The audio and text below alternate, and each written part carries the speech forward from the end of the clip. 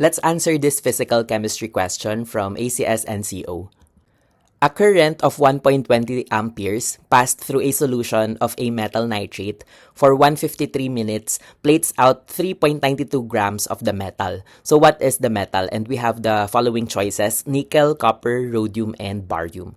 So for this question, we need to use the Faraday's law of electrolysis. And it states that the mass of the substance deposited at an electrode is directly proportional to the charge passed through the electrolyte.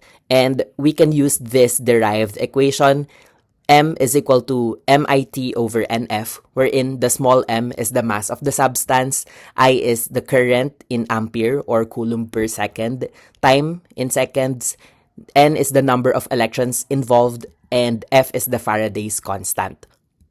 To get the identity of the metal, we will solve for the molar mass of the metal. And since the charge of the metal is not given, we will consider all of the possible choices. So for nickel, we have +2 and +3. Copper, we have copper plus and copper 2 plus. Rhodium, we have +1 and +3. And for barium, we have +2. Solving for first n is equal to 1, we can solve for the molar mass. And converting minutes to seconds, that's the solution. And solving for the molar mass, that's equal to 34.33 grams per mole.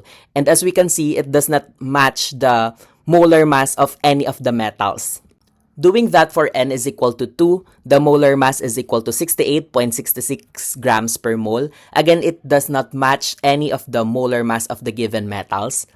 For N is equal to 3, the molar mass will be equal to 103 grams per mole, and that is close to the molar mass of rhodium. So in the solution, we have rhodium 3 nitrate, and the metal is rhodium.